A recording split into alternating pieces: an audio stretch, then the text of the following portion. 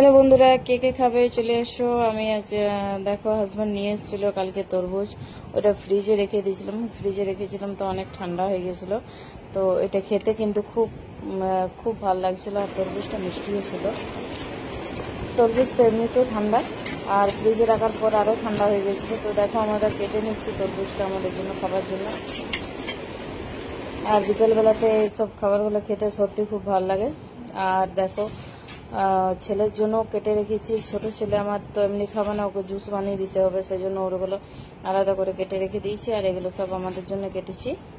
আর তারপর দেখো ওকেও জুস বানিয়ে দিলাম, কারণ ও খেলতে চলে গেছিল। তার জন্য পরে যখন এলো তখন ওকে জুস বানিয়ে দিলাম, তার সাথে একটু বরফ দিয়ে আর একটু নুন দিয়ে দিয়েছিলাম। তো খুব ভালো লাগছিল খেতে জুসটাও, কারণ আমি জুসটা ট্রাই করে দেখেছিলাম, খুব ভালো লাগছিল। ওকে বন্ধুরা, বাই বাই।